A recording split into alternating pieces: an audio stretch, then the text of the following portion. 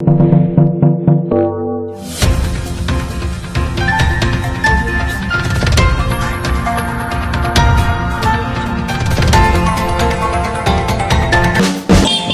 académique 2023-2024 appartient désormais à l'histoire au sein de l'Université de la Grande Orientale au Congo, Igor Kansi, qui a procédé le samedi dernier à une double cérémonie de collation des grades académiques et la clôture de l'année.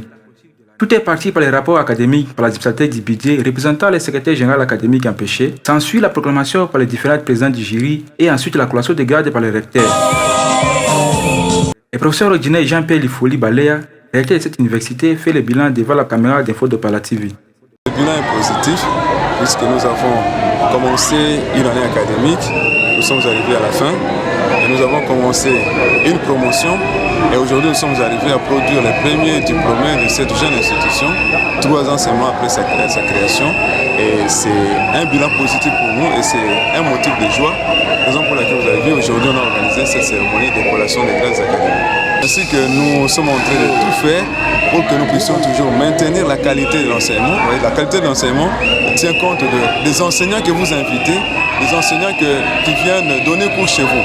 Certainement, nous n'avons pas encore nos propres enseignants, mais la collaboration avec les institutions qui existent nous permet de bénéficier des services des enseignants qualifiés qui sont à l'université de Kisangani, qui sont dans d'autres institutions privées et qui nous aident à aller de l'avant.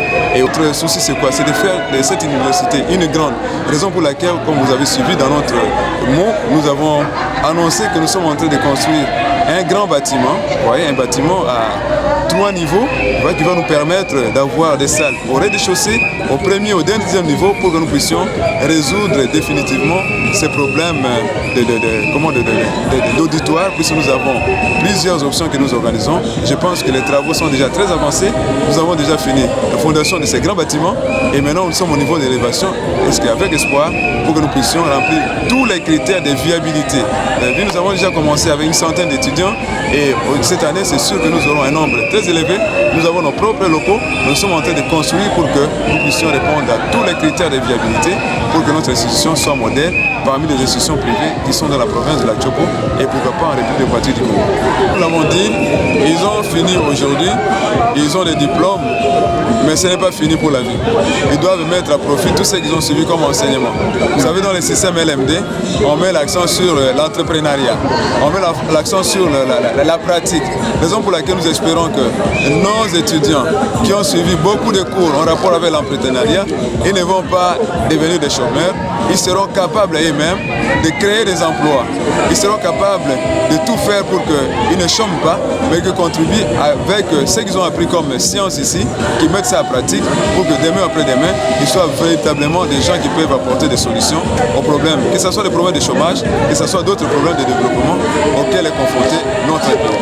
Nous avons raconté, ce sont les mêmes difficultés rencontrées dans toutes les institutions de la République démocratique du Congo. C'est quoi? Donc c'est que nous avons les parents qui ont besoin de faire étudier leurs enfants. Ouais, tout le monde devait aller à l'université. Et pourtant, l'université coûte énormément cher. Ouais, en termes de matériel, en termes de moyens financiers. Et c'est cette difficulté-là que nous avons aussi rencontrée. Si vous avez vu, il y a eu une déperdition. Les gens dont les parents n'étaient pas en mesure de payer les frais d'études, ils ont choisi d'abandonner cette année avec espoir d'aller chercher l'argent eux-mêmes pour qu'ils reviennent l'année qui commence. Voilà, donc c'est ça la principale difficulté. C'est une difficulté financière qui a fait en sorte que nous ne puissions pas avoir suffisamment d'argent tel que prévu, raison pour laquelle on devait fonctionner avec plus de 10 professeurs.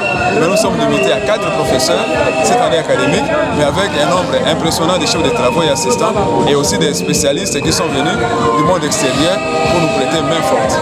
Dans une ambiance festive, IGOC a lancé sur le marché d'emploi ses premiers diplômés 3 ans après sa création. Le représentant des étudiants de cette alma mater a dans son discours remercié les autorités académiques pour la formation fournie. Avec une immense fierté que je prends la parole devant vous en ce jour en tant que représentant des étudiants de cette alma mater.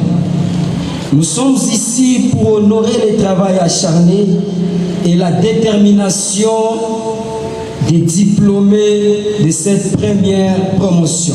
L'institution, bien que jeune, a su créer un environnement d'apprentissage dynamique et inspirant. Elle a été un terreau fertile pour nos rêves Grâce à l'engagement de nos éminents enseignants et à la solidarité entre étudiants, nous avons appris à soutenir mutuellement, à innover et à viser l'excellence. Il s'est de rappeler que l'Université de la Grande Orientale au Congo a 5 facultés, à savoir faculté des sciences informatiques, sciences juridiques, santé publique, bâtiment et travaux publics, sciences politiques et administratives. Cette université se trouve au sein de l'école Homme-Féen dans la commune Makiso.